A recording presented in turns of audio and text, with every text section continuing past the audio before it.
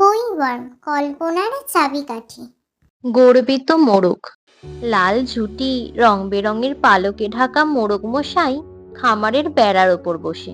শুধু খামার কেন, পুরো গ্রামে অমন সুন্দর মোরগ নেই। নিজের চেহারার উপরে তাই মোরগের ভারী গর্ব। সারা গ্রামে তার খাতিরও খুব। সুন্দর মোরগের গর্ব আর হম্বিতম্বি দেখে অন্য মোরগদের ভারী হিংসে হতো, কিন্তু কিচ্ছু বলতে পারতো না। আজও সুন্দর মোরগটি খামারের বেড়ায় বসে রোদ পোহাচ্ছিল। হঠাৎ সেখানে হাজির হলো এক শিয়াল। শিয়ালখানা বেশ অনেক দিন ধরেই মোরগটাকে খাওয়ার ছক কষছিল। আজ মিষ্টি গলায় মোরগটির কাছে গিয়ে বলল, আহাহা, মোরগ মশাই যে, ঠিকই শুনেছিলাম, কি রূপ আপনার! উফ, চোখ যেন ঝলসে গেল। আমাকে চিনতে পারছেন? আমি আপনার বাবার বন্ধু ছিলাম। আপনার বাবার কথা বললে কি আর শেষ করা যায়?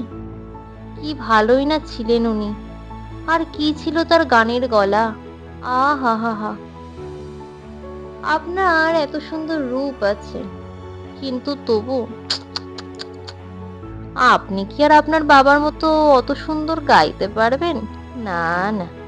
শিয়ালের কথা শুনে আশপাশের মোরগগুলো সবাই হেসে উঠল।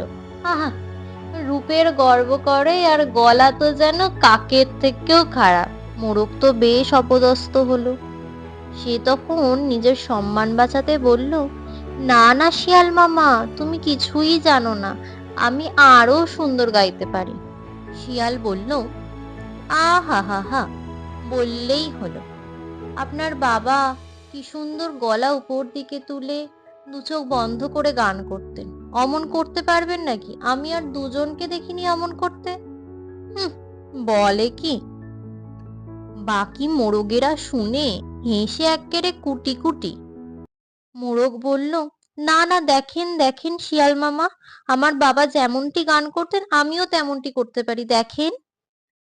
মোরগ দু চোখ বন্ধ করে আকাশের দিকে মাথা তুলে যেই গাইতে শুরু করবে, অমনি শিয়াল সুন্দর মোরগের সুন্দর গলায় কামড় বসিয়ে মোরগ নিয়ে বনের মধ্যে ধাও। বাকি মোরগেরা এই তামাশা হাসি মুখে দেখতে লাগলো। কেউ মোরগকে বাঁচাতে এলো না, কেউ গ্রামবাসীকে আওয়াজ দিল না। এমন করেই মৃত্যু হলো গর্বিত মোরগের।